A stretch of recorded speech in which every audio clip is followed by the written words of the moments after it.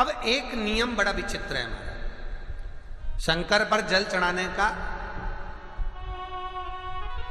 जो भाव वर्णित किया जाता है कि हम शंकर को मंदिर में जाकर जल चढ़ाते हैं तो खड़े खड़े चढ़ाएं कि बैठ कर चढ़ाएं। बहुत ध्यान देना साहब। शंकर में मंदिर में जाकर हम भगवान शंकर को जल चढ़ाएं तो खड़े होकर चढ़ाएं कि बैठ कर चढ़ाएं। अब दो तरह का शिवलिंग है मंदिरों में, दो तरह का शिवलिंग का निर्माण होता है, ठीक है। एक विष्णु शिवलिंग, एक शक्ति पार्वती शिवलिंग। बहुत ध्यान से सुनना। दो तरह का शिवलिंग मंदिरों में होता है, दो तरह का शिवलिंग मंदिरों में होता है, समझ लेना बहुत अच्छी तरह से। एक शिवलिंग वो होता है जो जमीन पर डायरेक्ट जलाधारी रहती है, शिवलिंग रहता है, ऐसी जलाधारी पूरी की पूरी, और शिवलिंग जमीन पर रखा रहता है, भूमि पर रखा रहता है, डायरेक्ट जमीन पर। आप जल ले जाकर चढ़ाए, निकल गया रास्ते से। एक शिवलिंग जो जमीन पर डायरेक्ट शंकर भगवान की जलाधारी और शिवलिंग रखा रहता है वो शक्ति शिवलिंग कहलाता है। माता पार्वती का हस्तकमल उस शिवलिंग के सम्मुख में। और दूसरा शिवलिंग एक डमरू जैसा होता है। अब वो हम उसको कैसे वर्णन, एक डमरू शिवलिंग होता है, ऐसा उसका स्टैंड होता है, ऐसा स्टैंड होता है, नीचे शिवलिंग रखने की जगह होती, फिर ऐसा होता है, फिर उसके ऊपर इस तरह शिवलिंग रखा होता है। देख दर्शन करें आप लोगों ने। अब फिर इसके ऊपर शंकर भगवान का शिवलिंग रखा होता है, ठीक है। इस तरह का जो शिवलिंग होता है, एक डायरेक्ट नीचे रखा हुआ शिवलिंग और एक भगवान जो नीचे डमरू जैसी आकृति होती है, इस पे जो डमरू जैसा जो भाग बना होता है ये भगवान विष्णु का हस्तकमल है, और ऊपर का जो भाग है वो भगवान ब्रह्मा का हस्तकमल है। इसको विष्णु शिवलिंग कहते हैं।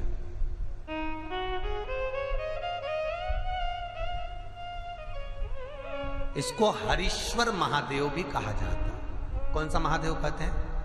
हरि सर्वेश्वर महादेव।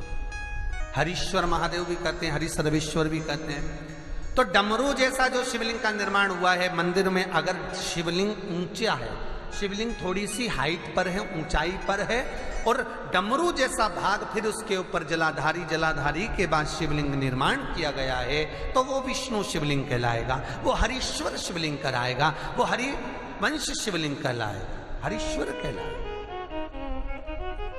और जो डायरेक्ट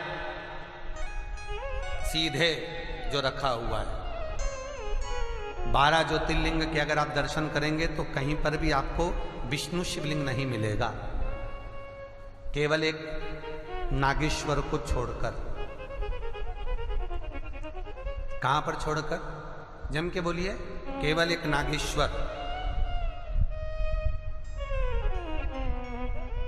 नागेश्वर को छोड़कर बाकी के जितने 12 ज्योतिर्लिंग में शिवलिंग के दर्शन करोगे सब शक्ति शिवलिंग मिलेंगे, सब जमीन पर।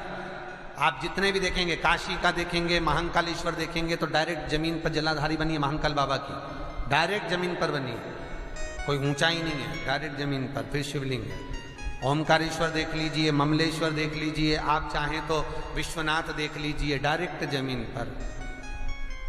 सोमनाथ देख लीजिए, डायरेक्ट जमीन पर। केदारेश्वर देख लीजिए, डायरेक्ट जमीन पर। भीमाशंकर, वैद्यनाथ, डायरेक्ट। आप वैद्यनाथ जी के लाइव प्रसारण कभी चालू कर देखना, डायरेक्ट जमीन पर, डायरेक्ट।